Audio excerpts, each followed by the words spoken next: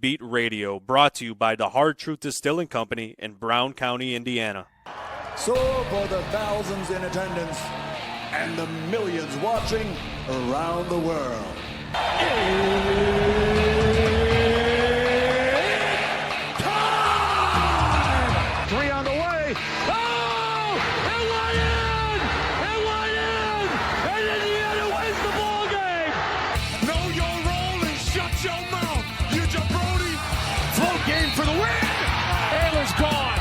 Goodbye. Touchdown, Indy. Woo! IU. America. They got a football team now. It's pretty simple. I win. Google me. You know that I'm the cream of the crop. Now, from the Hard Truth Studios, here's Jim Coyle. Fans, how are you? Welcome aboard to another edition of Indiana Sports Beat Radio, coming to you here on this Wednesday. Happy to be here. That means we've made it to the halfway point. Great place to be. The weather has been kind of yucky. It's been icky, really, and I don't know that it's going to change all that much anytime soon, I don't think, but it's okay. Plenty to get to, plenty to do, plenty to get inside and watch. The Chipotle Nationals begin today up at Hamilton Southeastern High School in Fishers, just northeast of Indianapolis. If you're a basketball fan looking for something to do, let me tell you, 11 of the McDonald's All-American players, or 11 players from the All-American teams there, McDonald's, will be there. So if you want to see some talent, it is going to be on full display, including Indiana commitment Trent Sisley from Montverde Academy and previously Heritage Hills, of course, down in Santa Claus, in addition to many, many, many others that you'll be able to see. These are going to be broadcast on the ESPN networks as well. So, but I'm looking forward to getting up there and catching Trent, and hopefully they can get a win and continue to move on in this single elimination tournament. Looking forward to talking to Dylan Sinn today as well from the Fort Wayne Journal-Gazette, as we'll talk some football and basketball. Unfortunately, I know that for Indiana football fans, there's already an injury, a serious injury, comes much earlier than anything happened last year, but they will be out without one of the best wide receivers on their roster. He was a Michigan transfer, Tyler Morris, suffered a non-contact knee injury, but he'll be gone for the entire season. Which means he'll have another year next year if he so desires. But gosh, boy, you hate to see something like that in spring ball, and it's just nuts. But it makes me think back to what Teddy Bridgewater with Minnesota. He was out for 2.5 years, and he on a non-contact drill. I remember and saw the video of the drill. He was just retreating from center. So crazy how Indiana was able to avoid the injury bug so much last year. And then a non-contact injury like that will jump up on him. So you never know. Don't forget, I did forget, but don't forget. Hey, make sure, go support the guys over at thehoosier.com. That is now on 3, and that is going to allow them to bring you all kinds of information, inside information. Joe Tipton, the guys that break the stories, the national stories, Steve Wiltfong, all of that. Yeah, it's a huge, huge deal. Just go to thehoosier.com and got a dollar for the first month, and then a half price for the rest of the year. Talk about a bargain. That's like $4 and change for the month. So go support those guys. They'll be coming on and helping bring great content here to us as well. As a matter of fact, on Thursday, Jamie Shaw, one of On3's national basketball writers, will be with us to help talk about where Indiana is right now as far in their quest to fill their roster and the type of players that you're going to see, the type of ball you're going to see, the type of players you're going to be expecting to see get recruited. Then on Friday, Joe Tipton will be with us as well. So we've got tons coming up, but they could sure use your support. I have never really done that. So go help those guys. It's lunch money, man. It's lunch money. Please go to thehoosier.com. Help support those guys so they can continue to bring in all of the coming. And so, speaking of which, like I mentioned, the Chipotle Nationals today getting underway. Montverde, they play, I think it's like 6:10, something like that, thereabouts. I'll be in attendance, as will the guys from thehoosier.com. But I mentioned that injury just a minute ago, and I got myself distracted. I apologize. But he says we are, from Kurt Signetti, we are thin numbers-wise, that's for sure right now. We'll bring in a number of walk-ons in the summer of fall camp, which again is confusing me. I thought the walk-on thing was going away. I'm gonna have to confirm that. I just read about that in basketball, so I am pretty sure that is the case. Now with football, it might be different because the numbers are so much bigger. But I still think that they were going to have a roster limit, and that would have included walk-ons. Tomorrow, when we have Coach on, we'll get this confirmed, or I'll just do it myself when I have a minute, which is not very often. But Indiana still has Elijah Serrato, Mark Cooper, and E.J. Williams as far at wide receiver, and Mekhi Jackson, Miles Kendrick, and the others. But man, that was a weapon. And so it happens. But if it's going to happen, sadly, you'd rather see it happen early, and so you can replace it. But good things come to those who wait. Hey, we've got to take a break. Joining us up next, Dylan Sinn from the Fort Wayne Journal-Gazette. We'll be back in just 2 minutes. On the other side, from the Hard Truth Distilling Company studios, make sure you come back with us. At Ben Davis Chevrolet and Ben Davis Ford in Auburn, we're your one-stop shop for all of your automotive needs. We have the area's best selection of over 300 vehicles, including new cars, trucks, vans, and SUVs. Plus a huge selection of pre-owned vehicles in stock. And if we don't have what you're looking for, we'll find it for you. We also have top-of-the-line service and parts, plus a collision repair center, and we're competitively priced on everything. For sales, service, collision, parts, and more, we do it all. Come see us today or visit us online at bendavischevrolet.com and bendavisford.com. Whether it's a night out with the family, after work with colleagues, or catching the game with friends, Bubba's 33 is the place for you. Bubba's 33 offers a mouthwatering menu of selections that are all made from scratch every day.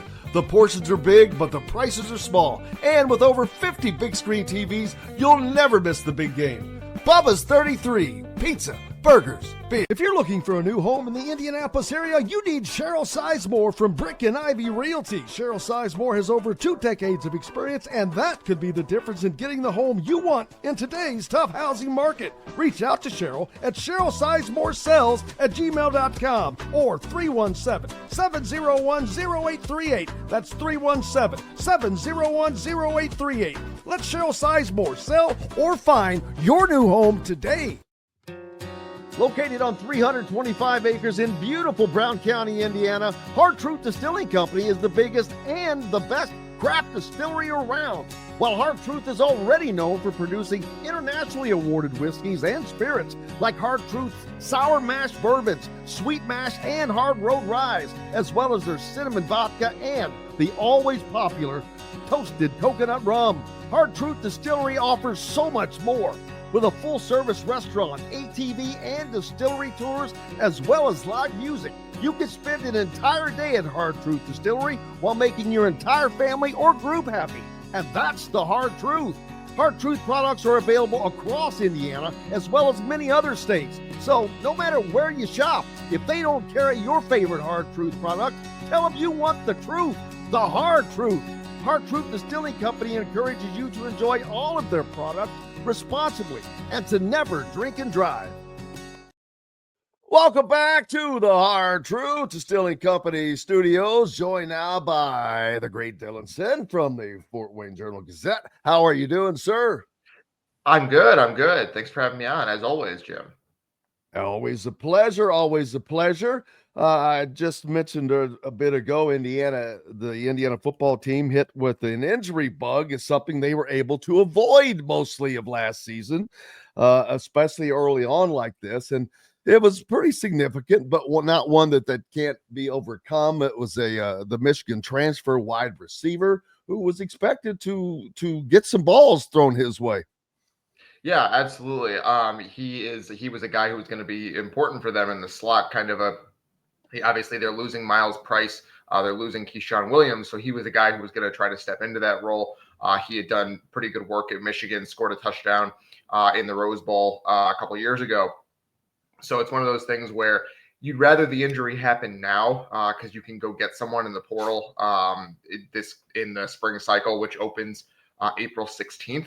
So it better happen now than in fall camp or something like that. But obviously not something you want to happen because Morris was a guy who they expected a lot from. So Chris Nettie has some work to do. He kind of admitted yesterday that they are thin at wide receiver right now. So probably expect them to add at least one more guy in the portal just to shore that up. And there will be guys that go into the portal, as we know, because you go through spring practice.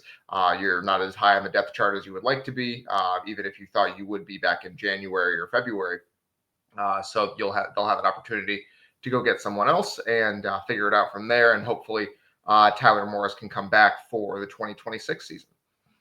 What's the portal open for now? 45 days? Well, for football, it's only open for 15 days, I believe. It's April 16th to May 1st. What about the current basketball portal? The basketball portal is open. It was 45 days or 30 days, I should say. 30 days. 30 days. Okay. Because it was goes 45. Through, it runs right up to this almost then, basically, right? Yeah, it was 30. It was 45 last year. They changed it to 30 this year because the coaches realized that having it open 45 days was making it go into high school recruiting in the summer. So they're trying to get that done as quickly as possible. So 30 days from the day after the end of the second round. So that Monday. So I think it probably another 3 weeks now at this point. Yeah, it's just crazy. The portal in and of itself it's become a job, literally a job covering it, a job managing it for teams. I can't even begin to. It has literally become its own entity. Yeah, it really has. It's a huge part of what you have to do now as you're building your roster. I do think that people have to remember that not only is it the portal is open for 30 days. That means players can enter for 30 days. That doesn't mean you have to sign all of your guys by the end. So if someone is still in the portal at the end of those 30 days, that means he can sign wherever after that. It's just you can enter in that time. And then of course there are grad transfers can enter whenever. People whose coaches leave can enter whenever. Like if your coach leaves for a different job, you can enter as soon as the coach leaves. So there are kind of additions on top of the number of days that usually that are for everyone else. So it is one of those things that never really goes away. It's always going on in the background, and it's a huge part of how you build a roster now in football and basketball. Yes, it is. And basketball currently with 2.2 billion players in the portal. Not quite, but record number. I don't even know where that number is at this moment. It's nothing I even really care to keep up with how many. I'm like, Yeah. it doesn't matter. You just put the whole damn Division I in there. I don't care. It's thousands at this point. Yeah. Yeah. Nearly 2,000, I believe. Yeah. If not having already hit that. And I see, someone mentioned that, Xavier Booker, a former Indiana kid in the portal from Michigan State. I'm like, and to me, if you're leaving Michigan State and Tom Izzo, yeah, I don't even know if I want to give you a look personally. I'm serious. I mean, that would be my first thought. Yeah, I understand that perspective. I will say Trey Holloman, their guard, who played very well against Indiana this year, he entered the portal yesterday. I think he's a fantastic player. I think he would be a really good addition for whoever ends up picking him up. I was a little surprised that he entered the portal because he was the one who earlier this season he kissed the floor against Michigan. He kind of did their whole I'm a Spartan type of thing. And then the day after the tournament ended, he entered the portal. I did not see that coming. I thought he was kind of a Spartan for life type of thing, but that's just kind of the way it is now. Is anyone can do it. And so I think he's a fantastic player. Averaged, I think, 9 points and a couple of assists, and just played really, really well every time I saw them play. So interested in him. Obviously, as you said, Xavier Booker as well. I think he'll probably end up somewhere where he can really show off his athleticism, because it is high level athleticism. Don't get me wrong. He just never but is he more like a Hannah Moss Perea? To a certain extent, yeah. I think he never really put it together with the Spartans. I do think that there is a world in which he goes somewhere else, gets a fresh start, and kind of takes a leap. But that's true with any of these guys, right? It's just a question of finding the right situation where you can be in the right system, get the amount of playing time that you need to thrive, and then let your athletic gifts take over. But he just never got there with Michigan State. Maybe he never does. And I'm sure he'll be somewhere kind of more mid-major-ish. Maybe there'll be some high major team that takes a flyer on him because of the athletic profile and because of the recruiting pedigree, because he was a 5-star at some point. But it will be interesting to see where he lands, because he was a good player in high school, but I never thought he was quite the top 5 player in the country that he was billed to be. Just Fred popped up. I just missed it. I don't know where it went to, but Morez Johnson, he was one of my favorite players for Illinois last year. Just saw he transferred to Michigan, and they had a number out. Now I'm always afraid of those numbers. I don't buy into the numbers a lot. It's always tough to get those. Yeah. But just the fact that he went within conference, boy, that's the one thing. It's hard enough to deal with the 1 year, the year-to-year quote unquote contracts these guys now have, and that's not true how it is, but it is. But it's even harder for me within the conference. And I know we all keep saying, well, they need to do this and they need to do that. And it's easy to say, and it would be nice. It would be nice if you could not transfer within your conference. It would also be nice if you could only transfer once without having to sit at least for a semester at the very minimum. But they can't get anything to stick, and I don't understand why, because other organizations can't. Now, maybe that's the difference in officially declaring yourself professional, and that's the price they're paying by not declaring these athletes as quote unquote employees. So that prevents them from being able to do that. I still don't understand, though, why there cannot be multi-year contracts signed. Yeah. If you want to go into an NIL agreement, why can there not be a multi-year agreement signed? What's the difference? No, I do wonder. Like I am not a lawyer, so I don't know the particulars of that. I do have some similar questions myself. I do think it goes back to, like you said, I think that they are not employees, and so it's hard to sign actual contracts that are binding legally, right? So it's one of those things where a lot of this is really informal. And obviously because the players have agents now, there's going to be something that's written down on paper, but it's really hard to make it have the force of law behind it because they're not employees, right? And so it's one of those things where until they get to be employees, and I think we're getting there eventually, it's just going to take a couple of years because the NCAA and the schools really don't want it. I think for obvious reasons, there are reasons you don't want it because that's putting so many more employees on your books. It's going to be very, very expensive for the schools. It's going to be a cluster to try to get these guys to collectively bargain across the sports if we end up doing that. So it is going to be a huge headache for that to happen. I do think that that's where it's going to have to be eventually, though, because like you said, it really is unsustainable to have the entire sport essentially in free agency every year, which is essentially what's happening, right? Basically, you have, if you're not in the portal, you are a restricted free agent, and if you're in the portal, you are an unrestricted free agent. That's basically all it is. And so it's also, to me, it's an undue burden that you place on coaches. Gee whiz. I mean, you've already recruited these guys once. Either you want to be here or you don't. But that goes back to signing a minimum 2-year contract. How can there not be something? It's like, I don't understand. Is there a law preventing it? Yeah, I don't think there's a law preventing it. My guess is that players are being told, hey, don't sign multi-year deals, because what if you end up getting better over the course of this season and what if you get worse? Yeah, well, that's the question too, what if right? you're overpaid? Yeah, so it's one of those things where or what if you want you're asking for X and they want to give Y, and to get a little bit better than Z, you do a 2-year deal.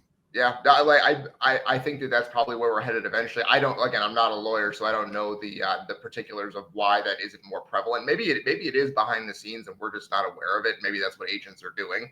But I do think it's one of those things where it's just really hard to have a contract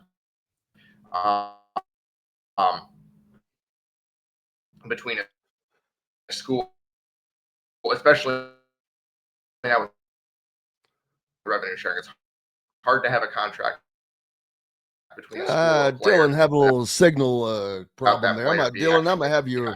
That's my. Dylan, I'm gonna have you reconnect there, brother. If you can, I'm gonna have you reconnect. Your signal's breaking up a little bit. So if you got it, you must have the Midas touch. There we go. Speaking of, all right, transfer, Connor Enright, one of the players that in for a visit to Indiana, kind of deep ties to Darian DeVries. So that seems like an easy, natural fit. There should not be an issue with NIL. Common sense tells you that's probably an easy, you would think, done deal, but not so fast, my friend. There's always those looking elsewhere. But and there are some people that Michael's not impressed with that signing. If they do get him, he says he was horrible last year, not impressed right now. Well, he wasn't horrible. You have to look inside the numbers, right, Dylan? Yeah, I think Michael is saying that DePaul was horrible, and they weren't great. I mean, they won 13 games, I think it was, and obviously it was a step up from where they were the year before. And Enright did average was 6.2 assists, I believe it was, his second in the Big East. So he can distribute the ball. They're looking for a pure point guard. And a guy who can shoot. Now, my concern is that he didn't shoot quite as well last year as he did when he was at Drake. Partially, that is probably because he was there was more defense focused on him, would be my guess. And so hopefully, if you get other guys around him and he can play off the ball a little bit, get some spot up shots, that he'll be able to thrive in that role as a facilitator and then an off ball 3-point shooter. So hopefully that is how that ends up working out for Indiana, if indeed he does end up signing. The only piece of concern I would say is that if indeed If you're looking for it to be a done deal, I would say maybe not quite yet, just because he is an Iowa native. That's one of those things where, you would like to think that his connections with Darian DeVries end up getting him across the line for Indiana, but there might be polls elsewhere. So it's never a done deal until the player is in your uniform, suiting up for the first game of the season. So that's the one thing to remember about portal season, is things can always change. So don't count your chickens, but obviously, hopefully, it seems like it's trending in a good direction with him. Well, one that is final is Ryan Conwell. He's gone to Louisville, a player that a lot of people had looked at, former player at Indiana State during that great run that they had. But Louisville shows Pat Kelsey. People keep talking about the difficulty. Look at the job he did last year. A guy had come in from the College of Charleston. Boom. He was not Louisville's first choice, and hits the ground like a banshee, man, and fills the roster complete. And now he's gone out and done it again.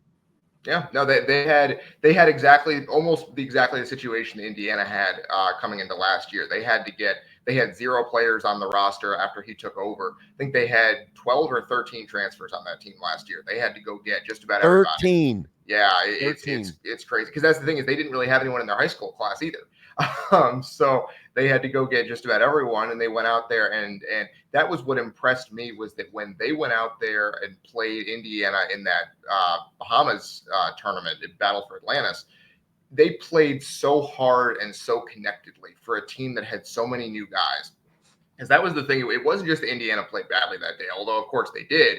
It was that they really, really played hard. They played together. They knew what they were doing. And that was the first month. That was the first couple of weeks of the season, right? So it's not just that they figured it out over the course of the season. He got the right guys, and they were able to figure it out in February, March.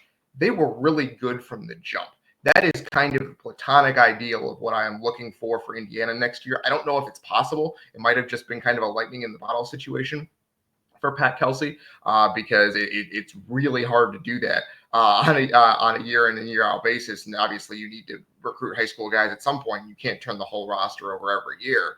But the way they did that last year was so impressive to me.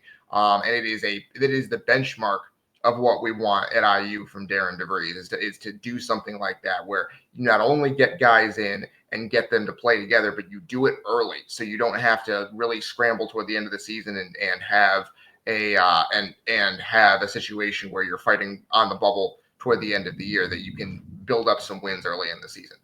Kelsey did a great job. I voted as an AP voter. I voted for him for National Coach of the Year. I think he deserved it.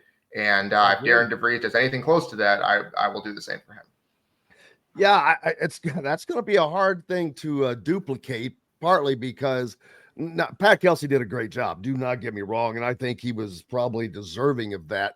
But Louisville also, he had the benefit of playing in the ACC, which we all know was not exactly the strongest basketball conference in the land last year, and that will not be the case for Darian DeVries. But we've seen what he can do at West Virginia. He built a program up there, and I think that he can do the same at Indiana with resources that are greater. And it has to be easier to pull people into Indiana than West Virginia, personally, I would think. So, but we're going to take a quick break.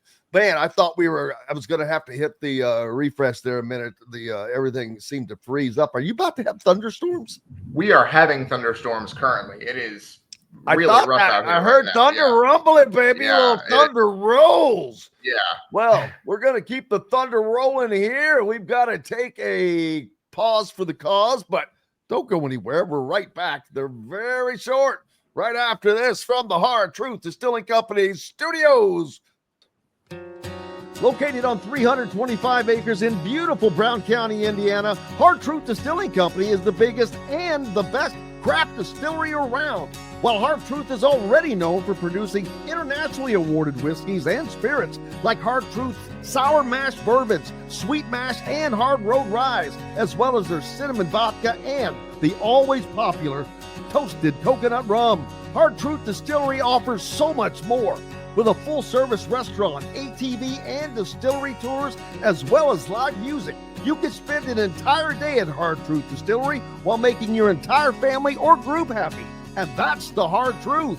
Hard Truth products are available across Indiana as well as many other states. So no matter where you shop, if they don't carry your favorite Hard Truth product, tell them you want the truth, the Hard Truth. Hard Truth Distilling Company encourages you to enjoy all of their products responsibly and to never drink and drive. If you're looking for a new home in the Indianapolis area, you need Cheryl Sizemore from Brick and Ivy Realty. Cheryl Sizemore has over 2 decades of experience, and that could be the difference in getting the home you want in today's tough housing market. Reach out to Cheryl at CherylSizemoreSells@gmail.com or 317-701-0838. That's 317-701-0838. Let Cheryl Sizemore sell or find your new home today. Whether it's a night out with the family, after work with colleagues, or catching the game with friends, Bubba's 33 is the place for you. Bubba's 33 offers a mouthwatering menu of selections that are all made from scratch every day. The portions are big, but the prices are small. And with over 50 big screen TVs, you'll never miss the big game. Bubba's 33, pizza, burgers, beer. Andy Moore Honda is Bloomington's #1 Honda dealer for a reason. Buy a new Honda and get a 3-month break from car payments. That's right, no payments for 90 days. That includes the all-new, all-electric Honda Prologue, and you get it for just 0.9% financing. Or the 2024 Honda Ridgeline Black Edition or the Honda Accord LX, both for just 1.9% financing. Get more to your door from AndyMooreHonda.com, Bloomington's #1 Honda dealer and your best place for new and used vehicles. Welcome back to the Hard Truth Distilling Company studios on this beautiful, I don't know if it's very beautiful. It's not beautiful for Dylan. It's thunderstorming up there, and it's been very cloudy. It's been one of those yucky weeks, but it's not raining. It's not doing anything. It's not warm. It's just it's like a week on the moon or something. I'll tell you, it's raining here right now. And it's tough because we have our minor league baseball team here in Fort Wayne. The Fort Wayne Tin Caps has opening day in Fort Wayne here on Friday. Are you throwing out the ceremonial first pitch? No, I'm covering the game, so it's one of those things where you kind of can't do that. But if they ever asked, I'd have to seriously consider resigning just to do it. Quite frankly, it would be tough to pass up. Okay, this is just plumb ridiculous. I've lived in Indiana my whole life, so I get it. It's supposed to be 80 today. I'm not aware of that. That's jumping up. I mean, my God, yesterday, I think it was only a high of much less than that. Yeah, it was like 55, Tomorrow, 64. But hold the phone. Sunday, 47. With a low of 27. We're going to go from 80 degrees today to 27 on Monday. That's ridiculous in the month of April. But, I digress. Yeah. I digress. Spring in Indiana, baby. Yeah. Spring football continuing on until the spring game, which comes up on the 27th, right? I want to get that right. Yeah. On Thursday, Thursday. 27th. It was originally Saturday. They moved it to Thursday. Yep. It is today. Today's the 4th. Today's the 2nd. Oh, the 2nd. I hope I got my calendar on. I do not have the calendar on the right. Yesterday was April Fool's Day. So hopefully you didn't. Yeah, that I did know. Although I did no fooling. I did no fooling around. You always do fooling, Jim. I am a fool, so I don't need to do April Fool's Day. It's every day is April Fool's Day for me. But glad to have you along, Dylan Sinn from the Fort Wayne Journal-Gazette with us here on Indiana Sports Beat Radio. And make sure for those of you that live in the Fort Wayne area, we're up there on the Fan, one of our great radio affiliates. Make sure you not only keep it locked right here on the Fan all day, but be a subscriber to the Fort Wayne Journal-Gazette. Got to keep local papers alive. How do you think you get all that coverage of the Tin Caps and Indiana and Purdue and Notre Dame with Dylan going all over the place? That's how. So make sure you keep up with that. And I've got to throw in the plug. And Dylan big congratulations to Alec Lasley and the group over there at thehoosier.com. Now with On 3, it is going to be a gigantic change. For a lot of listeners, Dylan, they may not always be familiar with these sites like On 3. The Hoosier was with Rivals for a long time, but made the move to On 3. That was because Rivals stopped covering basketball, and from a standpoint, and that wasn't going to work in Bloomington. So, but not only that, but On 3 is an incredible resource. You got Joe Tipton and Jamie Shaw and great people like that on the basketball side that are breaking these stories, getting inside information. So that is something that is great. So make sure you go to thehoosier.com and become a subscriber. You can do so for just $1 for the first month, and then it's only half price, which is like less than $5 a month, or maybe less than $4 a month, actually, I think. So there's that. Dylan's very familiar with it. Which guys do you know over there?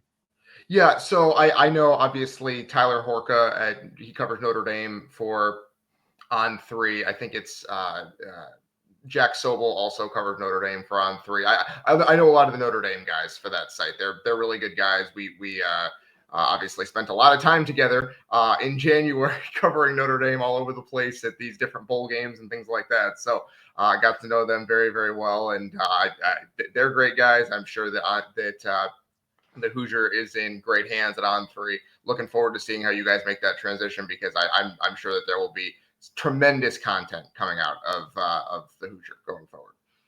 Thank you, sir. And those Alec Lasley, Kyler Staley on basketball recruiting, Zach Browning all over football and more coming there. With you got Coach Shannon that is always with us. He's in there as well. But Indiana still has to fill a roster, man, on the basketball side of things. And fans get a little nervous when they don't see him coming in, especially when they see Louisville landing Ryan Conwell, and Indiana's not always the fastest to announce things. For one thing, the announcement for Drew Adams as assistant coach, now that has been made official by Indiana. I don't know if you saw that, Dylan, or not, but. I had not. So I knew that it was coming at some point. Is that come out just recently here? Yeah, I'm trying to, I'm trying to pull it up right now. I think apparently it came out yesterday. The first to post it was Jeff Goodman, it looks like, that Indiana coach Darian DeVries has hired Bloomington native and IU grad Drew Adams to his staff as an assistant. But I kind of already knew that, since at the state finals that I was covering, and I took a picture and posted out of Coach's Row. Sitting on one side of him was Drew Adams, and on the other side was his former West Virginia assistant, Nick Norton, who was the only one wearing IU memorabilia or whatever. Apparel. Yeah. Apparel. There you go. That's the word I'm looking for. He was, and the funny thing is, I took a picture, a wide shot of just the entire Coach's Row. It pointed out that he was in there, but so the first thing somebody asked, who's the guy wearing the IU thing? You could barely see it. You had to open it up and zoom in and look to see he had an IU thing on his back. But boy, they pay attention, man. They pay attention.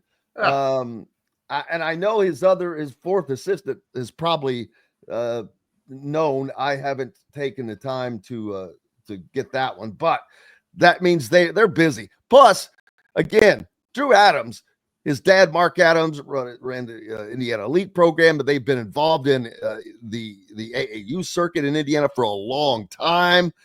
That's just a great great Indiana connection right there. So that starts with that. And no, it does not have to be an Indiana connection. I'm not up on that. I'm talking about the state, number one. And that is good because Indiana is the genesis for a lot of recruiting. You look at the teams Dylan covers, whether it's Michigan State, whether it's Michigan, whether it's Notre Dame. But many teams outside of the state. I mean, if you had a list of the Indiana players that played Division I basketball last year, it would be pretty long. Yeah, absolutely. I mean, there's a ton of talent in this state, and that's part of the reason that Indiana is able to do what they do. Is you can recruit nationally. That's why Indiana is in such a good position, generally speaking, is because they can recruit nationally, but they also have a ton of talent in their backyard, right? And so I do think that Adams is a pretty significant hire because it does allow you to hopefully tap that pipeline, right? He was doing a very good job at Cincinnati, getting guys in there. He did a good job at Bradley before that. I think that's part of it, is that not only is he a guy with Indiana connections, but Darian DeVries was familiar with him from their days in the Missouri Valley together. And obviously DeVries was probably on some recruiting battles with him. And he's like, all right, that's a guy that I want on my staff. That tells you something, right? So I think that makes a lot of sense, not just because of the Indiana ties, but because of DeVries' familiarity with him. And if he has familiarity with him and says, this is a guy that I want, then you kind of have to think, okay, we can see the vision there. So him being a Bloomington native and having guys and having connections with Indiana elite, that's a bonus on top of it, right? He seems to be just a guy who's really good at recruiting just in general. So that seems to me to be the type of hire that Indiana needed, and then fill out the staff from there. And hey, how about this point that great point Laurie making? Got some shakeup in the coaching ranks. Of course, Indiana with a new coach at Indiana, but then you've got Ben McCollum, who is going to be at Iowa, and Buzz Williams at Maryland. Both of those are interesting stories to me. Ben McCollum at Iowa, because you're going to go from a program that was used to scoring 80 to 90 points a game to one that is scoring 40 points a game less than that. Yeah. And boy, oh boy, they'll probably sell a hell of a lot more popcorn in Iowa now, as you'll have plenty of time per possession to walk up and get you some and come back down. And then Buzz Williams, he was a fancy, we all thought a potential candidate, when truly no one was really a candidate for the job in the end. For Indiana, but we'll see what he can do. Leaving Texas A&M, that's a little surprising, but you think it's because he wanted to get out of the juggernaut SEC? But I can't imagine he's getting that much of a pay increase. Texas A&M's got money. Yeah, I think it's one of those things where this is just kind of what Buzz Williams does. He's been a head coach at 3 different schools in his career: Marquette, Virginia Tech, and Texas A&M. And each time he's kind of gone 5, 6, 7 years and then moved on, right? He kind of gets the itch to just go somewhere else. I think that's kind of what happened here. I mean, they were good this year. They were a number 4 seed. I was looking at this yesterday. They were a 4 seed in the tournament this year. I think they went 23-11. The 4 seed was the highest they've been since 2007. So really good job by him this year. And then going to Maryland, I thought it was interesting that the hire was announced yesterday, because it makes sense time-wise for Maryland, because obviously they just lost their coach a couple days ago, but also he had a buyout that was $10 million as of March 31st. And then yesterday it dropped to $1 million. So Maryland saved $9 million by waiting an extra day to make that hire official. So pretty good move there by Maryland. I think the way it's worked for Buzz Williams in his career at Virginia Tech and Texas A&M especially, is that he spends a couple of years building it, and then once he gets it going, it never stops. They're successful until he leaves. And so my guess is that it might be a little bit of a rough start for him there, because he's coming in behind the 8 ball with the portal. They're going to lose a lot of guys, and they might have a rough 2025, 26, but then he's going to get it going after that. I think he'll be very successful at Maryland. He's been successful everywhere he's been. And so we'll see. But yeah, he definitely goes from the SEC to the Big Ten, and has to play a different type of basketball here for sure. Yeah, and that's going to be fun to see what the Big Ten looks like next year. We're not going to see. Obviously, we know what we're going to see at Iowa, which I'm not. I'm not. With you. I'll be honest. I don't think Iowa's going to be very good next year. I don't think that's not because I don't think Ben McCollum can coach. I think just going from that style of play, that super fast up tempo style, to what they want to do, it's really hard to do that in one offseason. Even with the portal, even with turning over almost an entire roster, it's really hard. But have they turned over their roster? They're making an effort. They're trying. They lost some of their better players to the transfer portal. Owen Freeman's gone. Josh Dix is gone. Those guys were important for them. But if you're not turning over your roster, it's even harder. My guess is that there's going to be some significant growing pains for them as they try to move from one system to the other. I think they'll be very good in the long run because I think McCollum is a good coach, but boy, year one might be a little bit rough. And then what we've seen at Maryland with Kevin Willard, Rick Pitino protege. What do you expect? Any change there with Buzz Williams? Yeah, I mean, I think that it's going to be one of those things where they're going to play really, really hard. They're going to crash the boards. That's what Buzz Williams does. Is he gets a lot of athletes and just kind of puts them on the floor and lets them go do their thing to a certain extent. But he's really good at getting his players to buy into what he wants and getting them to play extremely hard. That's what I saw.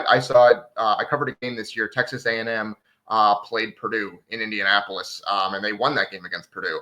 I thought they played really, really hard. They crashed the glass. They did all of the little things, and they were good. I was impressed by them. So I think if he can do that, maybe not in year one, because he usually takes a couple of years to get his guys in there, even with the portal. But maybe year two, they are going to be a team to reckon with in the Big Ten for sure. Yeah, and for Indiana fans, I think that I've said this over and over. I expect Indiana to be competitive next year in the Big Ten, and by competitive, you have to be in the upper half, and preferably in the upper quarter, which that's not easy to do, but you should always be in the top 5, in my opinion. But again, that's not as easy especially as it used to be now that you have 18 teams, but you have to be there. This is a program that needs well, look what Tom Izzo has done at Michigan State. I mean, that guy is almost one of the all-time he is, but when I mean all-time greats, all-time over everybody, because he has navigated every imaginable era. I mean, He's been coaching since Moby Dick was a minnow, man. And he has gone through all of these different eras into the NIL and portal era, and still put an incredible successful product on the floor. He's amazing. Yeah, it's one of those things where I think he really fought against the transfer portal for a couple of years there, and he got a couple of guys, Tyson Walker obviously being a great example of a guy you can really get and make your program better. And then this year he really was like, all right, this is what we have to do. And he went out there and got a couple of guys, and he had a couple of guys in the system for a couple of years.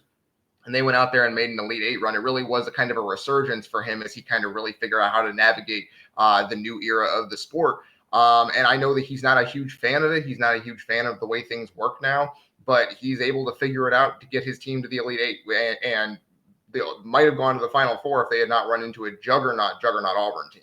So really, really good season from Michigan State. Now the question is, how can he follow that up? Because again, Trey Holloman in the transfer portal, Xavier Booker in the transfer portal. We'll see how many guys they bring back next year.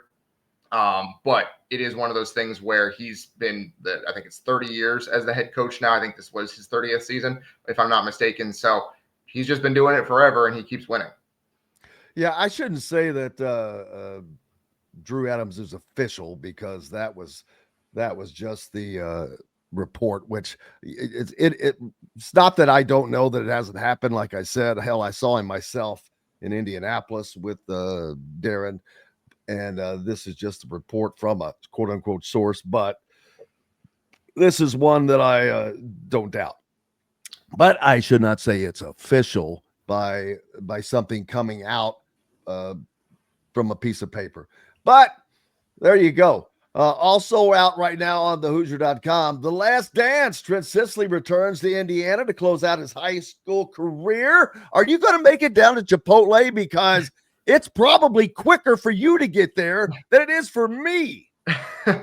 We will see. Like I said, I have tin cap stuff starting this week, but I will definitely try to make it. Obviously, that's Well, let me tell you something. This is indoors.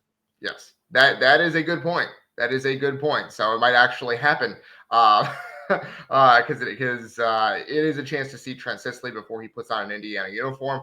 Obviously, a guy who has been very, very good throughout his high school career. I've been impressed by the way he's been able to make the transition from IHSAA to Montverde. I think he did a really good job there this year, kind of filling a role, but also still being very, very productive. So excited to see what he can do in that tournament as well. Absolutely, and hopefully, the great thing is, even though he did not get to play his senior season in Indiana, he gets to play his final game in Indiana. Very cool. It sucks that he did not get to be a part of the All-Star and Mr. Basketball race and all of that, because he definitely would have been an All-Star. He was a junior All-Star last year, and obviously playing on one of the top teams in the country. It kind of stinks that those guys can't be considered. But I get it. And it is what it is, because we're going to see a lot more of that in the future, guys going to prep school, whether it's at La Lumiere, which is still in Indiana. And I'm a little surprised there hasn't been another academy open in the Indianapolis area. And I would not be surprised to see that happen at some point. Absolutely. Because I mean, there's just so much talent that could go there, but also it's nice that we get as many guys as we do sticking around in the IHSAA, because that's high level basketball too, right? And so I guess I understand why you can't have those guys that go to like a Montverde or a La Lu be part of Mr. Basketball, because they're not really playing against the other guys in the state, so it's hard to compare, right? But there is just so much talent in the state, and it's really good to see, especially at the state finals last week. Like the games were so close, so competitive. It really was a showcase of the best that Indiana has to offer, which is of course what you're looking for. Absolutely. Dylan Sinn from the Fort Wayne Journal-Gazette. Always a pleasure, my friend. What's up next for you quickly?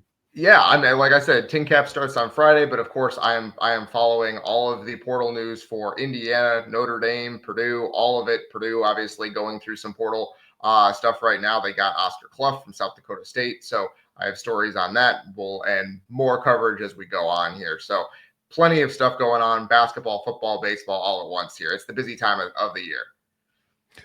Looking forward to it, brother. As always, thank you so much. I'll see you when I see you. Absolutely, Jim. Thanks for having me on, as always. Thank you, sir. Hey, that's going to wrap it up for this hour. We've got more coming up. Kyle Neddenriep, Rick Bozich will join us on the other side from the Hard Truth Distilling Company studios right after these messages. Located on 325 acres in beautiful Brown County, Indiana, Hard Truth Distilling Company is the biggest and the best craft distillery around. While Hard Truth is already known for producing internationally awarded whiskeys and spirits like Hard Truth's sour mash bourbons, sweet mash, and hard road rye, as well as their cinnamon vodka and the always popular toasted coconut rum. Hard Truth Distillery offers so much more. With a full-service restaurant, ATV, and distillery tours, as well as live music, you can spend an entire day at Hard Truth Distillery while making your entire family or group happy. And that's the Hard Truth. Hard Truth products are available across Indiana, as well as many other states. So no matter where you shop, if they don't carry your favorite Hard Truth product, tell them you want the truth, the Hard Truth. Hard Truth Distilling Company encourages you to enjoy all of their products responsibly and to never drink and drive. If you're looking for a new home in the Indianapolis area, you need Cheryl Sizemore from Brick and Ivy Realty. Cheryl Sizemore has over 2 decades of experience, and that could be the difference in getting the home you want in today's tough housing market. Reach out to Cheryl at CherylSizemoreSells@gmail.com or 317-701-0838. That's 317-701-0838. Let Cheryl Sizemore sell or find your new home today. Whether it's a night out with the family, after work with colleagues, or catching the game with friends, Bubba's 33 is the place for you. Bubba's 33 offers a mouthwatering menu of selections that are all made from scratch every day.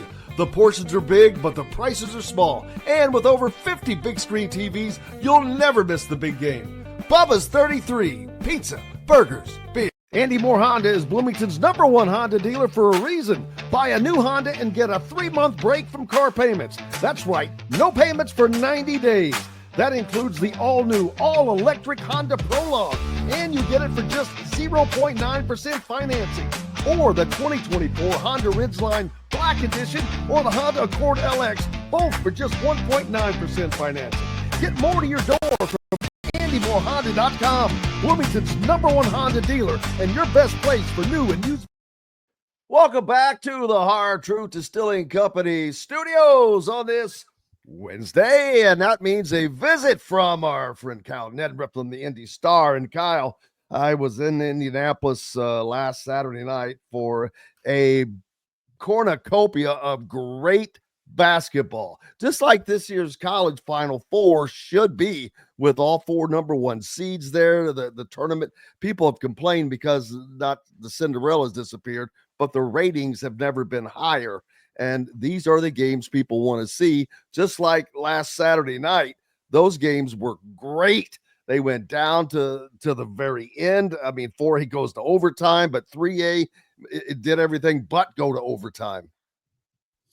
Yeah, it was probably the best overall day that I've covered in almost 2 decades of doing this. And from top to bottom, it was, the first game with Orleans, Clinton Prairie was sometimes that 1A game, the gym feels, or the arena feels a little bit empty, because the schools are smaller and, it's morning and it kind of takes a while to get ramped up. Well, that definitely was not the case on Saturday. Orleans showed up in full force. You knew they would. Clinton Prairie, I couldn't see their crowd as well. They were kind of behind me and to the right, but they had a great crowd as well.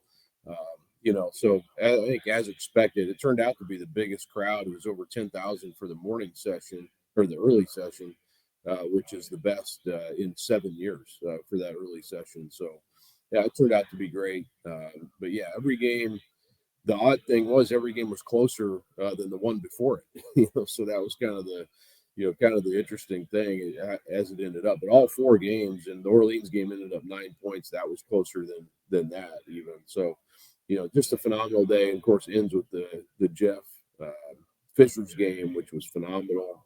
The Addicts South Bend St. Joe game had drama. It wasn't probably as crisp as the shooting wasn't fantastic in that game, which sometimes is the case in an NBA arena. But man, it was that was a phenomenal game. The 2A game with University in Manchester also was great. So you just had a full day of every game going down to the fourth quarter, and even the championship game going to OT. So and the 4A game, I mean. So it was you couldn't ask for any more than that. Yeah, and that game was kind of back and forth. Fishers led for the majority of the first half, but then toward the end, Jeffersonville kind of took over and they got themselves a lead, led at the break, and for the majority of the third quarter, I think, and then Fishers made themselves a run, got back in it. Jeffersonville had a shot to win it at the end, unbelievably, with Trey Singleton having a clear shot right dead from dead square range, about 6 feet out, wouldn't go down. And I'm like, oh my gosh, if that comes back to haunt them, that's just something you would carry for the rest of your life. But Jeffersonville able to finish it off 67-66, their third state title, I believe. And also our good friend Sharon Wilkerson becomes just the third man to win as both a player and a coach in Indiana basketball history, which is pretty incredible. Yeah, I mean, he's the second actually to win at his alma mater and as a player. Yeah, I count the third, Pete Turgovich, because it was consolidated of his old school. So I'm going to count him in, but maybe I shouldn't. But yeah, second, just one of two sounds much better. Yeah, and only the sixth to ever accomplish a complete, just to do it as a player and coach. So that's pretty awesome too. So that's one of those. Damn near did it twice. Yeah, almost. Yeah. So, but yeah, Tron, pretty cool for that story to come back full circle. Really happy for him to accomplish that. He's been open about his, kind of his redemption story, and he Is took over. Is there any better redemption tour than that? I mean, that's all I think about, because he's a good friend. I love him to death, and I just have so much respect for him. And I'm like, I've never seen a greater 180, a greater redemption. I mean, this is full circle, man. This is real stuff. Yeah, that's what sports is all about, man. I mean, it's that's the stuff that makes it really cool, and the fact that he's leading not only a team to the state championship, but the school where he had Mr. Basketball stripped from him, and obviously had his issues at IU and all that, but yeah, I mean, I will say this about, and I've known Sharon for a long time too, and he never, he's never like, man, I'm done talking about that, or he's never been like, quit asking me about it. He's always he's always willing to go there, which I think is a credit to him. And it's a team that of seniors too that I think he's really close with. He's hard on them. He coaches them hard, but they respond well. And to see those guys come through, in that moment, I don't know if there's another team that could have beat Fishers anywhere. Westfield matched up well with them, and Westfield's very, they'll be lost to history because they didn't win a sectional or go anywhere. But that team was very tough, very good. They matched up pretty well with Fishers too, but they didn't have the big guy like Jeff did with Singleton. Singleton played such a great game. And with him being healthy, I think we probably overlooked them slightly throughout the season just because they started 6-5, and we didn't know if he was going to get back to full health exactly, throughout the year. But he played great in the semi-state. And, when you got a guy like that, you can kind of relieve pressure because he can handle the ball too. You can pull your big guy out and have him handle the ball to relieve that pressure off of Michael Cooper, which they did quite a bit. And that helped because when you got John Anthony Hall trailing you everywhere like Cooper did, it's like a marathon, like you're running a marathon. And Cooper's trying to score too, so he had a lot on his plate. Douglas was in foul trouble for a lot of it. He played most of the game, but he was still kind of saddled with those fouls throughout. He made some big plays, and then Sean Boyd, man, he came up with some huge plays, some big shots. Another senior who's been around forever. So great story, Jeffersonville and Fishers too. Great story for them, to get to that point. They were a 43 game winning streak that you just don't see that happen, and a lot of pressure on them. I thought they handled all that really well. They were probably better this year than last year even. So just a great game. I mean, so much storylines and everything, and the game lived up to it, which that doesn't always happen that way. Oh, absolutely. And what's John Anthony's last name again? Hall. John Anthony. That's what I thought. I wanted to make sure. I always describe John Anthony Hall this way. When you see whether it's teams or Adidas or whatever, showing what a new uniform is going to look like a football uniform, the mannequins they use that are sculpted with muscles, that's John Anthony Hall in real life. He looks like a sculptured athletic mannequin. And I'm like, how can you look like that in high school? Yeah. This kid is going to Stanford to play football, so he's obviously extraordinarily intelligent as well, but he looks like he came out of a lab. He really does. Him and it's like, man, when we look back, him and Mark Zachary being in that same class together, and Zachary's built, obviously a lot different. He's rangy, long, but those two, man, and you're right, John Anthony's built like, it's a good way to put it. I've never thought about it that way, but he is just he's a man out there, and he can in the way he can jump off the floor. He's a great track athlete too, and he could win the long jump this year in state. If he puts it all together at the end of the spring here. But in my opinion, he's an Indiana All-Star. I know he's he might have a conflict with track there that weekend, but I don't know. I feel like they need to put him on that team for sure. You can, unless it's a regional or a sectional or something. which I guess it would be that late, but you can do both. But yeah, that's going to be fun. And South Bend St. Joe, Micah Shrewsbury's kid, Nick, he was kind of the guy there at the end to get that done. That was it was kind of fitting to see that. And all the coaches that were in attendance. Micah Shrewsbury, of course, there to watch his son, but also there as a coach. Darian DeVries, the new Indiana coach, along with Drew Adams, one of his new assistants, Nick Norton, one of his other new assistants, AJ Moye was there, Chris Collins, one of his assistants, the guys from Miami of Ohio, UIndy. I'm sure I'm missing some. Surprisingly, where was Matt Painter? I don't know. I know obviously they're coming off the tournament loss, but yeah, I'm not sure if they were hosting recruits or what. Well, I didn't see any Purdue coaches there actually, which is kind of unusual. But yeah, I don't know. I'm sure they, as much as I see him and his assistants out on the recruiting trail, obviously there must have been some sort of conflict. But it was fun for me. I got to see. I didn't get a chance to talk with all of them. I talked to Christian Smith. He's at Miami of Ohio, covered him in high school. Brian McIntosh at Northwestern. He of course played at Greensburg and won 2 state titles. Tony Wells played at Ben Davis. He's on the IUBB staff. So a lot of guys makes me feel old that I cover all these guys in high school and now they're college coaches. But pretty, really good college crowd, college coaches crowd there for this year. I thought that was impressive. And Darian DeVries being there, obviously the highlight because he's the new coach at IU. But yeah, a lot of coaches there. A lot of them spent either at least the full second session or some were even there for the full day completely. A lot of small college coaches were, so that was cool to see. Absolutely. And then today starts the Chipotle Nationals begin up at Hamilton Southeastern. Are you heading out there?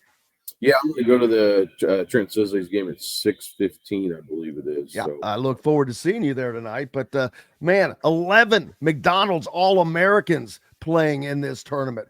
That is I've been telling people, you want to go see some great basketball? It's in your backyard, people. They brought it here for a reason. So I hope that the people will go out and support that to keep that there, because then now you're talking all of the basketball that happens within the framework of 45 days in Indiana between the conference tournaments sometimes. Then you got first round or second round of the NCAA tournament, the Final Fours eventually, NIT going on, the high school state finals going on, divisions 2 and 3. So this is the place for basketball. Go support that thing because there's incredible talent that you're going to be seeing on some of the best college teams next year. Yeah, just come up and watch. It's going to be fun. I think last year I wasn't here because I was at the Final Four in Phoenix with Purdue, and so I didn't get a chance to go to it at all. So I'm looking forward to seeing it this year. I don't know how many days I'll be there necessarily, but definitely going tonight, and looking forward to being there and seeing some good basketball and some really talented players that. We obviously don't get to see all these guys. I actually haven't even seen Trent play since high school, since he was at Heritage Hills. So looking forward to that, other than watching some video stuff. But yeah, and then, watched the McDonald's game last night. So some of those guys obviously will be in attendance for this as well. So that's going to be awesome. Well, brother, I appreciate you, and we'll see you tonight probably. Absolutely. Thanks, Jim. Thank you. Kyle Neddenriep from the Indy Star. Make sure you're giving him a follow, keeping up with all of the coverage concerning Indiana high school basketball and football. Hey, up next, Sir Rick Bozich joins us. We'll check in on the White Sox. They won their opening game, by the way. Cincinnati did not. But we'll see how things have gone since then. And much more on the backside from the Hard Truth Distilling Company studios right after these messages. Located on 325 acres in beautiful Brown County, Indiana, Hard Truth Distilling Company is the biggest and the best craft distillery around. While Hard Truth is already known for producing internationally awarded whiskeys and spirits like Hard Truth's sour mash bourbons, sweet mash, and hard road rye, as well as their cinnamon vodka and the always popular toasted coconut rum. Hard Truth Distillery offers so much more. with a full-service restaurant, ATV, and distillery tours, as well as live music. You can spend an entire day at Hard Truth Distillery while making your entire family or group happy. And that's the hard truth. Hard Truth products are available across Indiana as well as many other states. So no matter where you shop, if they don't carry your favorite Hard Truth product, tell them you want the truth, the hard truth. Hard Truth Distilling Company encourages you to enjoy all of their products responsibly and to never drink and drive. If you're looking for a new home in the Indianapolis area, you need Cheryl Sizemore from Brick and Ivy Realty. Cheryl Sizemore has over 2 decades of experience, and that could be the difference in getting the home you want in today's tough housing market. Reach out to Cheryl at CherylSizemoreSells@gmail.com or 317-701-0838. That's 317-701-0838. Let Cheryl Sizemore sell or find your new home today. Whether it's a night out with the family, after work with colleagues, or catching the game with friends, Bubba's 33 is the place for you. Bubba's 33 offers a mouthwatering menu of selections that are all made from scratch every day. The portions are big, but the prices are small. And with over 50 big screen TVs, you'll never miss the big game. Bubba's 33, pizza, burgers, beer. Andy Moore Honda is Bloomington's #1 Honda dealer for a reason. Buy a new Honda and get a 3-month break from car payments. That's right, no payments for 90 days. That includes the all-new, all-electric Honda Prologue. And you get it for just 0.9% financing. Or the 2024 Honda Ridgeline Black Edition or the Honda Accord LX, both for just 1.9% financing. Get more to your door from AndyMooreHonda.com, Bloomington's #1 Honda dealer and your best place for new and used. Welcome back to the Hard Truth Distilling Company studios on this Wednesday. Sir Rick Bozich from WDRB.com and the Chicago White Sox PR team joins us now. How are you, sir? How are the Sox? They're doing okay. They're 2-3. They blew a game last night. Blew a game last night. Last year they started 3-22, so they're slightly ahead of pace. As I said, I sent you a text last week that said, hey, the good news is they're expecting to win more games. But the bad news is they thought they were going to be the worst team in 35 years. But that's what I love about sports. Even professional sports doesn't always go the way people think it's going to go. That's why right now when I see all of these someone put out something about Indiana was picked to be an underdog in football in 5 of their games next year. I'm like, well, first of all, that's an absolute joke. Against who?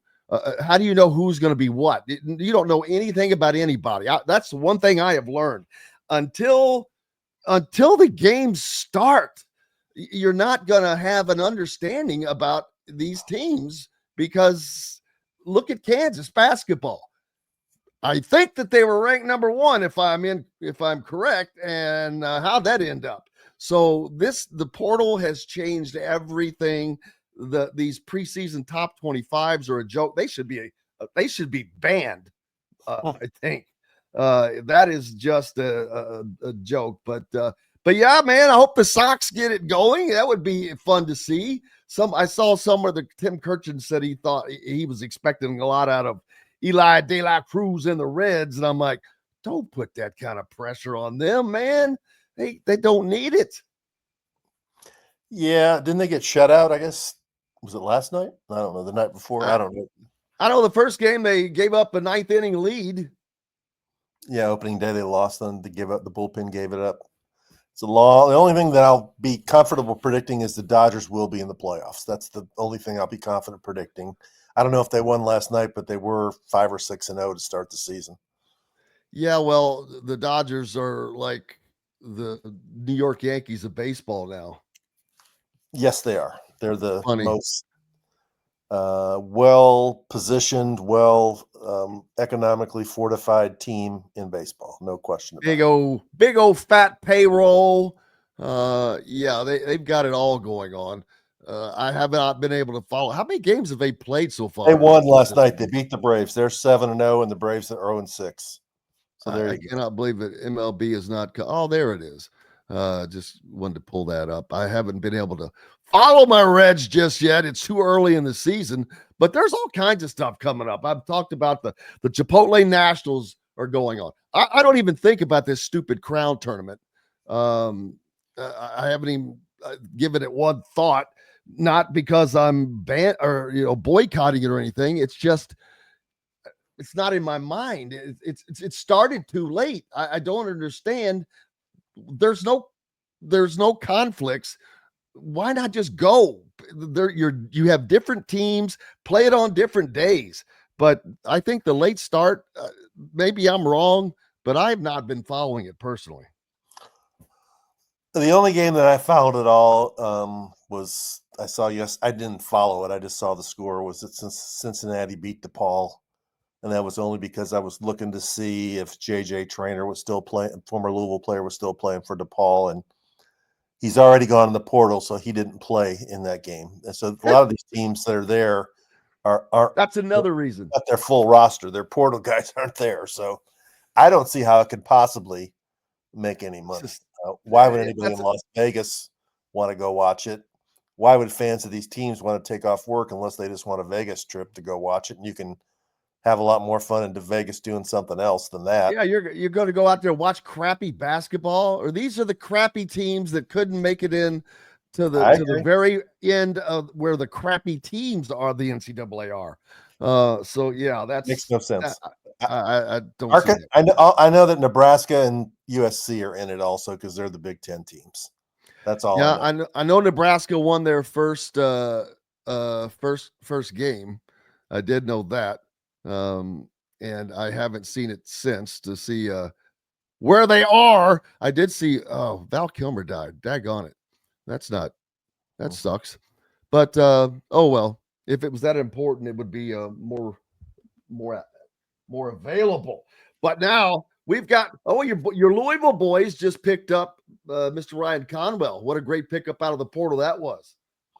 Yeah, they've had a tremendous week. Earlier in the week they got a guard who's ranked even higher than Conwell in some of the portal rankings. Adrian Woolley from Kennesaw State. He was the leading freshman of the year in Conference USA. So that gives those two guys and Michael Brown, who's a McDonald's All-American. Louisville's got a dynamite backcourt for next season, probably as good as any in the country. So they're on their way.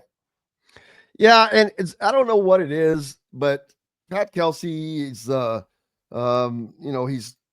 kind of like Tom Izzo. He's not real tall. How tall is Pat Kelsey? You've been around him a lot. I don't know, 5'9", 5'8". So and I'm only saying that because, man, nothing is holding him back. Nothing is stopping him from being successful. When you see him talk, he's just a normal, down-to-earth guy, comfortable, confident. I mean, he was such an unbelievable get for Louisville. Yeah, he did a great job this year. I mean, they went 18-2 in the ACC. I think they went from 19-game improvement, 8 wins to 27 wins. Beat Clemson, had a really good year. And now he's got a lot of holes to fill, but he's off to a really good start getting those two guys. And Conwell, obviously, both these guys they picked up are 40% three-point shooters, so it's obvious that that's a priority with him. So to get two of the best three-point shooters out of the portal, tremendous start for Pat Kelsey. So we'll see what else they get, but they got more guys to get, and I'm sure they will. It's just getting started in the portal. I saw that Mackenzie Mbako was visiting Kentucky today. I saw that as well. That'll be interesting. What are your thoughts? You've been around Mark Pope. You've seen Mackenzie Mbako, great shooter, but boy, lacks in defense. I think his motor has a governor on it. It seems so. Yeah, it's real hit and miss. I think Pope is a strong enough personality that he'll convey the message that there's a certain culture here that is going to be adhered to, and if you can buy into that, get on board. If you don't think that's for you, then you probably need to look elsewhere. Since we don't ever really get to talk to the IU players, or didn't get to, I don't really know enough about Mbako to know whether he would be interested in doing that or not. But I agree with you. He can do a lot of things, but there's a lot of things he either doesn't do or won't do, and defense is near the top of the list. And that brings up, well, obviously, why wasn't, well, you don't know the answer to this question, but you would think Mike Woodson would have used him in some form or fashion, even though he was not big on the 3-point shot. It just seemed like there was never a great integration with McKenzie and Baco. And I guess everything because it all ran through the middle, but it's like you can't just be that one sided. Yeah, I mean, we've talked about this. His skill set was too similar to Renew and what was the big Ballo, that they didn't really fit well together as a group. So he needs to go somewhere where, you know, it's a better fit for him stylistically. Frankly, I was surprised that he came back for a second year last year in many ways. But and Renew is down to what, Michigan and Auburn, did I read? Miami. There's 2 other ones. Maybe, I don't know. I can't remember them all. There's so many guys in the portal. Caleb Banks, I heard, was visiting Purdue. Is that right? That's what I heard. I haven't seen it, but I don't doubt it. It is amazing to see his development. I mean, he went to Tulane and got better, got more minutes, and that's what it takes. To play 30 minutes a game, yeah. And that's what it takes. And these guys don't get that. And if you don't, I guess they go to a place thinking they're going to play, no matter where it is, don't get to play, and then realize, all right, well, I need to do this. So they've kind of wasted a year in doing that. And I think of he's the quarterback that committed to Indiana this year that was committed to Ball State, decommits to Ball State to go to Indiana. And I'm like thinking, what a wasted year, dude. You have no chance of ever. I don't think you'll ever see the field in anything other than a mop-up role because of Fernando Mendoza with 2 years of eligibility remaining.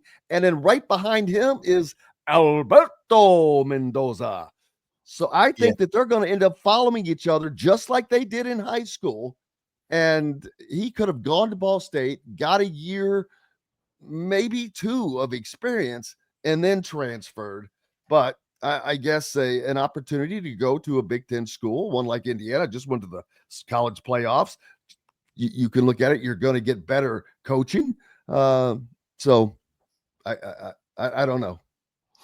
Who am I? Maybe he's just a competitor who wanted the challenge, and they convinced him. And boy, you would sure love that. He would want, that he would get a chance. Fernando Mendoza might have the kind of season this year that he could go pro after 1 year. So maybe he feels like he can compete for the job in another year. And we all know in college football, most teams end up playing 2 guys because somebody's going to get hurt. You hope it doesn't happen, but it frequently does. Well, it just happened to Indiana. They just lost a wide receiver for the season. That was a big loss yesterday. I saw that Mr. Morris from Michigan, who was going to be the starting slot receiver, gets a non-contact, probably just running a route or whatever, and his knee gave out. So that's a big loss. Teddy Bridgewater. I'll have to find somebody in the second part of the portal maybe to replace him. Yeah, and that'll be there without question. And so they're fortunate that happened now and not later. Not that you ever want to see that happen. That's terrible. Ryan Conwell again. Oh, I've been telling people they've got to relax on these numbers that they keep seeing because I do not believe them. But Laurie ask him if Conwell got $4 million. I find that hard to believe. I had never heard 4 million. The number I heard last week was 2 million. So who knows? Yeah. Whenever I hear a number, I think, well, either cut it in half or cut a third off it at the very minimum. And so, yeah. Yeah, 2 million's a lot of money for one player. Well, hell yeah, it is. I don't think that an IU player up until this point had received that, but that will change this season without question. Yeah, I had heard the one speculation was earlier that the Owen Freeman kid from Iowa, who's going to Creighton, I heard he was getting 2 million. So I don't. Maybe that is the top of the market now, 2 to 2.5 million. I'm not sure. And until the NCAA is able to get a cap on this yearly ability to transfer, it's going to continue to drive the market up, which is great for players. And I'm not trying to cut them, but it makes it so much, adds expense to every school, because now you've got your recruiting has doubled. Your recruiting efforts have to double. You have to hire more people to keep up with the stinking portal. The portal is going to become, I said earlier, it's its own entity now, but you're going to have your own complete portal division, which might be the biggest division of a program that there is. And not just for men's basketball, but you probably need no. one for women's basketball. You need one for football. And you know, if you're going to be competitive like IU wants to be in swimming and men's soccer and a couple of other sports, you probably need to have somebody who's got their eye in the portal in all those sports. I am amazed. Todd Yeagley has continued to succeed at the level that Indiana soccer has succeeded at through this transfer portal era. They have not missed. They have not, dropped a bit. They are the same competitive, high level, elite program year in and year out, and he does it with a core group of regional players in addition. But the fact that he has been able to continue that, I know we're talking a different sport, but it doesn't matter. Soccer is big business other than in America. So I'm really, really surprised he's been able to keep his level of elite play up. Yeah, the bigger challenge for IU soccer has been that so many other schools now are loading their lineup with foreign players. Please do not mention Morehead State to me. I think that they should be kicked out of soccer. Vermont won this year. I think Vermont won the men's championship, and Marshall's the one that has Marshall. That's who I'm thinking of. Marshall. Yeah, it was all I German players and Brazilians and Argentinians and England. I mean, but they're not. That's everywhere, Jim. That's everywhere. I mean, I think that you should be just like the European Basketball League. I think you should have a limit of foreign players that can have on your roster. I agree, because I think most of these kids anyway that are foreign players are older and more mature, and they played higher level of soccer overseas than they have here, and it's obviously working out for them because those schools are winning. Where is a school like Marshall getting the money for these? Great question. I don't know. West Virginia, though, I think after Marshall started having success, West Virginia, who's their rival this year, followed the blueprint, and I'm pretty sure they were ranked number one part of the year. So it's definitely becoming a thing where everybody's loading up on foreign soccer players. Smith's not leaving Painter. Who said that he was? You know how the crap out there is. People thinking, oh, he's going to go test. No, I've said it over and over. He will not leave Purdue. I don't care. Somebody could come in, I think, with an NIL offer, $1 million higher than what he's making right now, and he would turn it down. I honestly believe that. Yeah, I tend to agree. I mean, he's got a chance to go down as an iconic player at Purdue, and if you leave after and the state of Indiana, you walk away from that, and he's going to be down there with Rick Mount and Billy Keller and Joe Barry Carroll and on, Zach Edey, Troy Lewis, Robbie Hummel, all those, the great players in Purdue, Russell Cross, I can't name them all. They've had so many of them, but he'll be in the record book everywhere. I would be shocked if Braden Smith left Purdue. He's got a tremendous relationship with Matt Painter. They're going to have a really good team next year. I mean, don't they have almost everybody back? Oh, yeah. Yeah. Well, I mean, his core players. Trey Kaufman-Renn going to be a senior? Yeah, he's back. Wow. So Lawyer's Renn, back. so Smith's that back. means lawyer. Yes, Heidi's back. And, CJ Cox is back. Now, didn't he lose one of his Wilberg to Berg the portal? left, yeah. Yeah, he but didn't play that much. he still has another gigantoid over on the bench, I believe.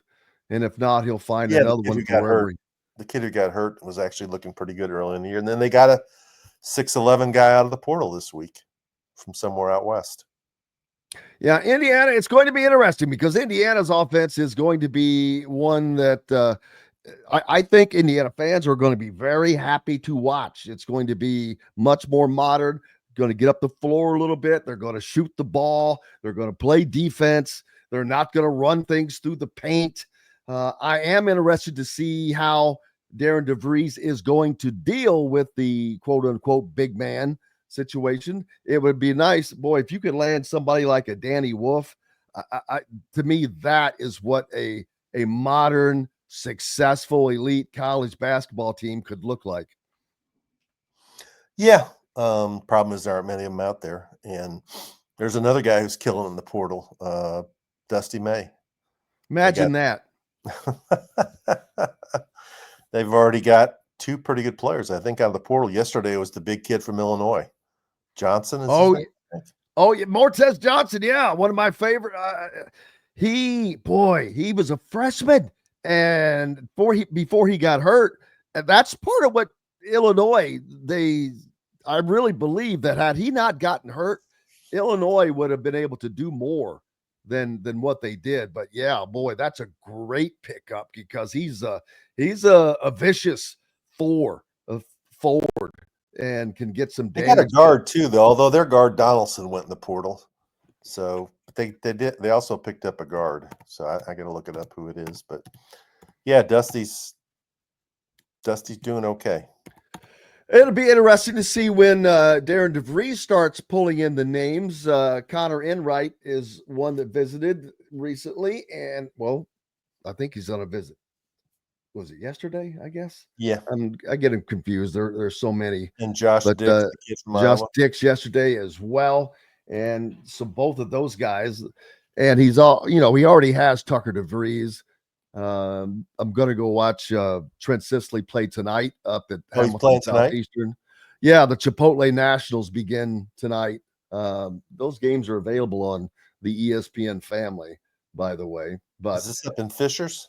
Yes, it is. Unfortunately, it seems like it's a million miles away now, and because it's on the far northeast side of Indianapolis. Is it at Fishers High School? Or yeah, is it at Hamilton Southeastern High School. Okay, all right. They don't play until 6:00.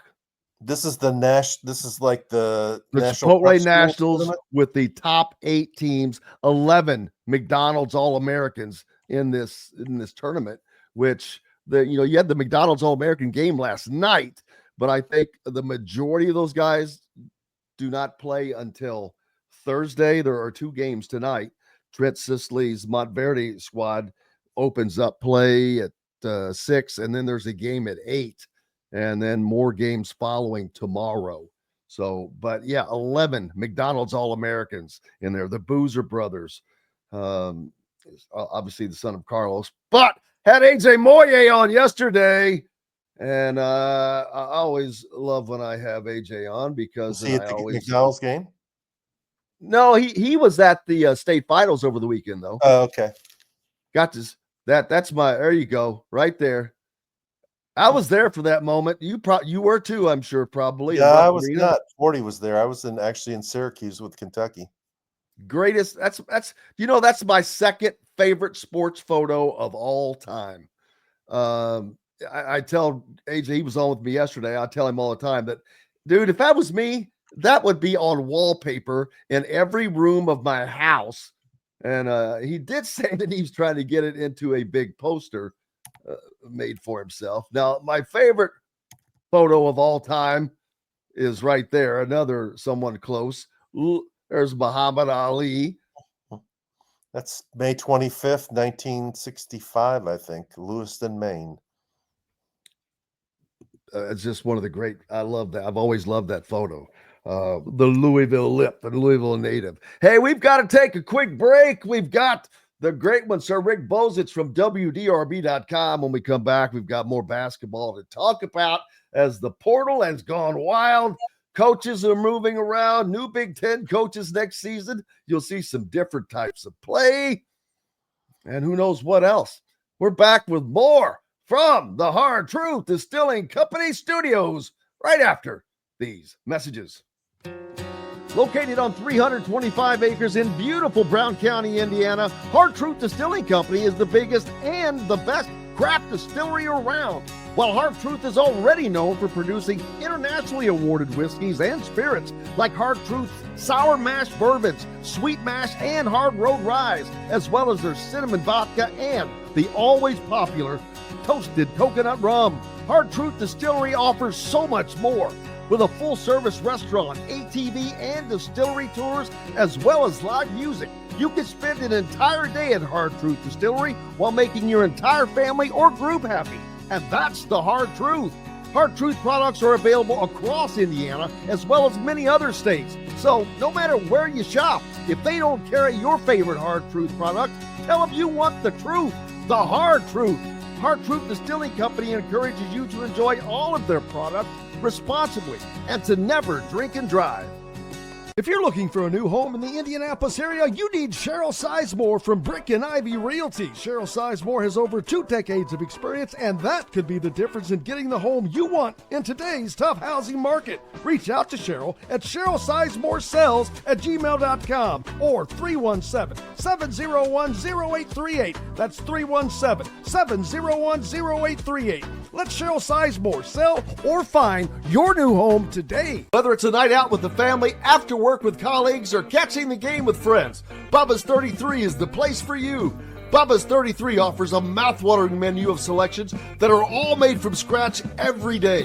The portions are big, but the prices are small. And with over 50 big screen TVs, you'll never miss the big game. Bubba's 33, pizza, burgers, beer. Andy Moore Honda is Bloomington's #1 Honda dealer for a reason. Buy a new Honda and get a 3-month break from car payments. That's right, no payments for 90 days.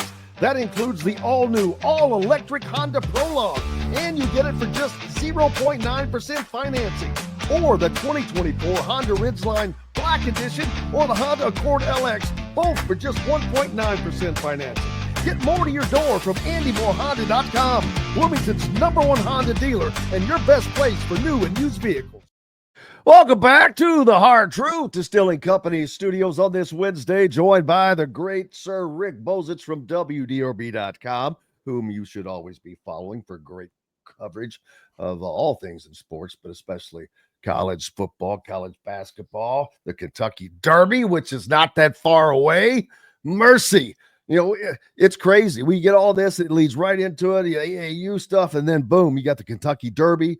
Followed right behind that is the Indianapolis 500. We're very, very, very fortunate. I mean, we are sports elitists in this area. We're sports snobs. Huh. I mean, when I claim that Indianapolis is the best sports, and I know Louisville thinks that they are a great sports city, but Indianapolis is the greatest sports city in America, in the world for that matter, in my opinion, just because of the variety of things and the proximity of where they are. But the whole region, we're very, very fortunate. I mean, Indianapolis is elite. I was up there last weekend when Kentucky played Tennessee, and you had a regional this year. You got a Final Four next year. You got the state championships that are played there in town. Chipotle Nationals. You got Division II and NFL 3 national team. Championships now, I think. You got an NFL team. You got an NBA team. NIT. You got getting ready to get an NHL team. Really? I believe they're getting closer and closer to getting an NHL team, I believe. Will they play in Gainbridge? Great question. No idea where. NHL. They might build their own. I guess it couldn't. Can it be an outdoor? When is their season? NHL hockey? No, I'm sorry. Soccer. Oh, MLS. Too many initials, too many acronyms. Yeah, MLS is outside.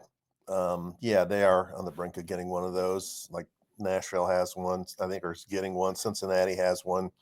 That will eliminate Louisville from getting one.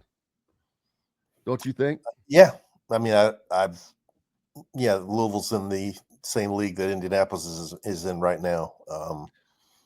The situation changed between the cities 50 years ago.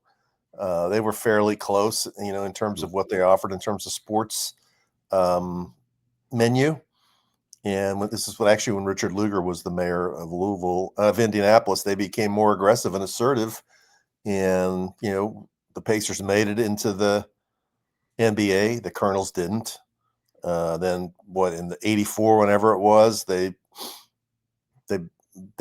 built the dome and they got the Colts away from Baltimore. And since then they've gone from, Market Square Arena to Gainbridge, right?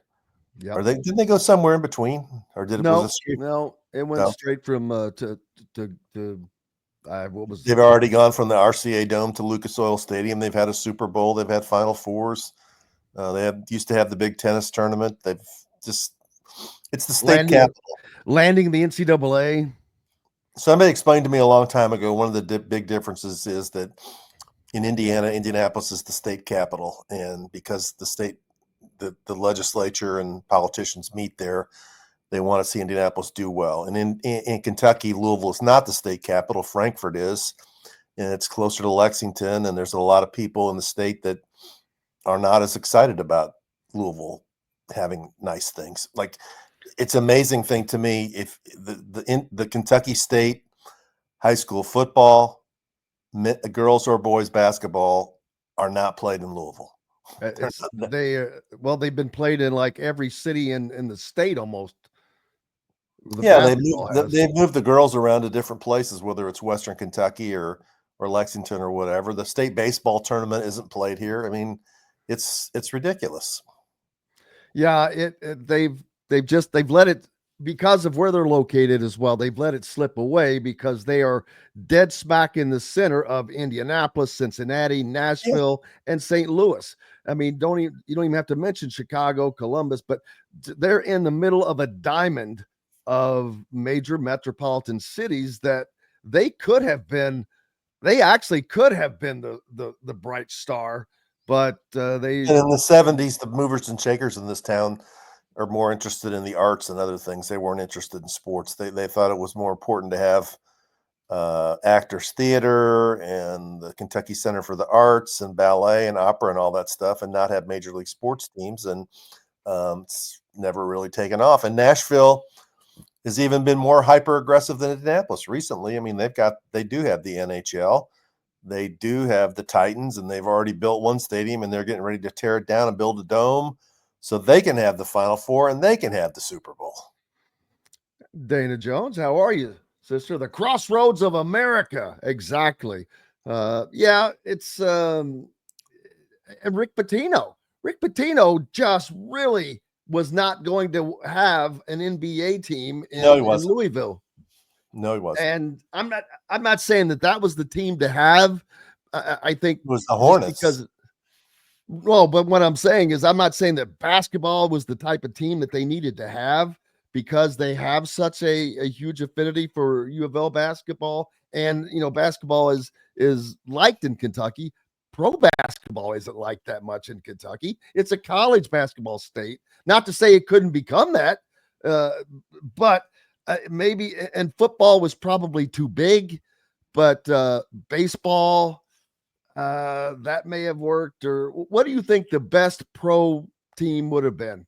Basketball? Would it have been basketball or football? Yeah, I think it would have been basketball. I mean, the Colonels were popular. I wasn't living here then, but I hear stories about how they were popular. They were top. They were also pretty. Yeah, they were also pretty good. You had Dan Issel and Artis Gilmore and Louis Dampier. Yeah. I think they were competitive. That's when you're right. It would have had to be marketed properly, where you try to get fans to come here from Lexington as well as other parts of the state. Maybe pull occasional fan from Cincinnati. I don't know, but the one thing it would have been is it could have been something the entire state embraced. And now it's not. You're either Kentucky or Louisville. You're Western Kentucky, and it's always. There's no like unified team. Everybody in Indianapolis can get behind the Colts. for the most part, right? I mean, they do. Yep. It's not that way here in terms of Indianapolis became a gigantic football town. Pro football. I mean, and that helped once you get good. Well, and hell, that Peyton helps. Manning. Yes, that helps everything. So without question. Getting back to basketball a little bit, Josh Dix, another one of the players visiting Indiana, Iowa shooting guard that he already had a stop at Illinois, Kansas, and Creighton, and as well as Ben McCollum giving him his pitch. But I have a pretty good, and there's a relationship previously with Josh Dix and Darian DeVries, but I would be hard pressed. Josh Dix is not staying at Iowa. He's not going from 80 points a game to 50. And with the relationship, I'd be kind of surprised Indiana doesn't land Josh Dix. I don't know. I don't know if they will or not. I mean, I know that Enright seems to be the first one that people think is going to come. We'll see. I mean, I would think there'd be some kind of announcement soon about staff and a few players start to commit by, most people say the big date is April the 7th because of the House settlement, and you have a chance to get in on the old NIL money then instead of the new way it's going to be parceled out. I don't know if that's true or not, but that's what they're saying. And I think it'll heat up. I think doesn't a dead period start though soon, like once the teams get to the Final Four? This week. Yeah. I forget the day, but yeah. You can still talk to people. They just can't visit, or you can't visit them. But I'm sure it sounds like there's DeVries, Norton, and Adams, 3 coaches right now. I'm sure they're working the phones around the clock, trying to, figure out who they can get, who they should get, how it all fits together.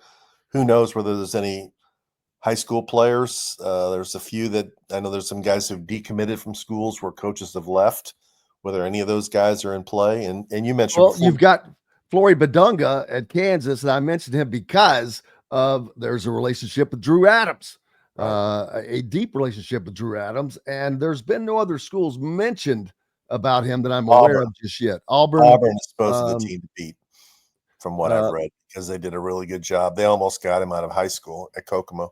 I don't know if Badunga's a player or not. They'll have 13 players before next fall comes. I know that people want to know the answers right now. It'll all shake out. It'll fall into place. There's no question. What do you fill the roster with 15, or what do you do with those other 2 spots? There's 15 scholarships available. I would not myself, because you're only going to play 8. So then you'd have 7. But you're not going to have those walk-ons to fill in the practice roles. I guess a couple of them could be former walk-ons who in the old days would have been walk-ons. I just think give them a scholarship and a token NIL deal. I just think in these days it's really hard to keep that many guys happy who are really scholarship players who think they should be playing. You're going to play 8 or 9, so that means you're going to have 6 or 7 not getting to play and hearing from their friends, how come you're not playing? If you went somewhere else, you'd be playing. You believe how bad that guy played last night and you still didn't get a chance? I don't think that crazy. Is that a fact? Jonathan Powell's going to UNC? I do not know. I'm just putting it up there. That's why he's the kid who played with Cups in high school. And the guy that Dusty May got was Elliot Cadow, the point guard. He transfers from North Carolina to Michigan. Is his middle name Skittle? Yeah. Oh, mercy. Ba-da-ba. Malik Renew has told On Three's Joe Tipton, who will be with us on Friday, by the way, that he is down to 5 schools. John Calipari's Arkansas, Auburn with Bruce Pearl, Miami, the former Hometown. Money Machine, USC, which, hey, I'd take a trip to the West Coast, and Dusty May in Michigan. Boy, that would be how would the irony, and it's going to happen. We've already had let's see, Jordan Geronimo. Has there been anybody else that I can think of that has come back? It's in football. There have been some IU guys go to Purdue, or what the 2 guys went to Michigan on the national championship team, AJ Barner and the quarterback. Yeah, but in basketball, it just seems weird. For whatever reason, it just seems different, Well, it's especially different with because someone the like fans- Malik Renew. Fans are closer to the floor, and you're not wearing a helmet, and they can actually see them and yell at them. Yeah, and especially with Renew, who was there for 3 years, so you got that going for you, which is nice. And then you've got Tucker DeVries, of course, which is he'll be signing up. They've got to go through all the process stuff, and I still don't think that Darian DeVries wants his first signing to be his son. It Right. sounds like, oh yeah, it's easy. So I think he would rather get someone like Josh Dix or Connor Enright in the fold. And you've also got Trent Sisley coming in, but he's a freshman. I don't know how much you're going to really expect from Trent in his first season, but we'll see. See him tonight. Looking forward to that. Are those games up on TV? Yes, they are on. Like today, those games might be on. They're all on ESPN Family. Today's might be on like the ESPN. Streaming? No, I think they're on.